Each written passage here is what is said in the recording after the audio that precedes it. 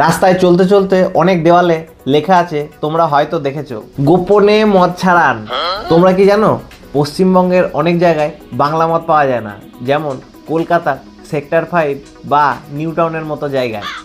ট্রেনে বাসে বা গাড়িতে করে কোথাও গেলে কিভাবে বুঝবে ওখানে বাংলা মদ আছে কি নেই? সোজা ট্রিক শোনো, আগে খুঁজে দেখো ওখানে কোনো ছাঁট মাংসের দোকান আছে কি না। যদি পাও, হয়ে গেল। দোকানদারকে গিয়ে জিজ্ঞেস করো, দাদা এখানে বাংলা মদের দোকান কোথায় আছে। বিশ্বাস করো, একদম তোমাদের পারফেক্ট ঠিকানা দিয়ে দেবে ওরা।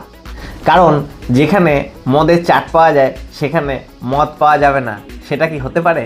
তবে শোনো, অচেনা জায়গায় তুমি যদি পথ চলতি মানুষকে জিজ্ঞেস করো, দাদা অমুক জায়গায় যাব, বাস কোথায় পাবো, হয়তো সে ঘাড় ঘুরিয়ে বলবে আমি জানি না। কিন্তু তুমি যদি জিজ্ঞেস করো এখানে মদের দোকান কোথায়, বিশ্বাস করো সে শুধু বলবেই না, হাত ধরে তোমাকে নিয়ে গিয়ে দেখিয়ে দেবে। তখনই বুঝবে মানবিকতা মানুষের কোথায় লুকিয়ে আছে। তোমরা কিন্তু এই মানুষগুলোর থেকে সাবধানে থাকবে। রাস্তায় চলতে চলতে অনেক দেওয়ালে লেখা আছে, তোমরা হয়তো দেখেছো, গোপনে মদ ছাড়ান। এটা কতটুকু কাজ করে আমি জানি না, কিন্তু আমি তোমাদের একটা জিনিস বলতে পারি, এটাতে 100% কাজ হয়।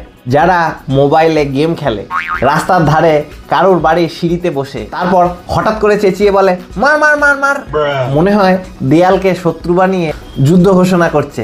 তুমি যদি এদের পাল্লায় পড়ো, তোমাদের মদের নেশা তো ছুটবেই, তার সাথে জীবনের নেশাও কেটে যাবে।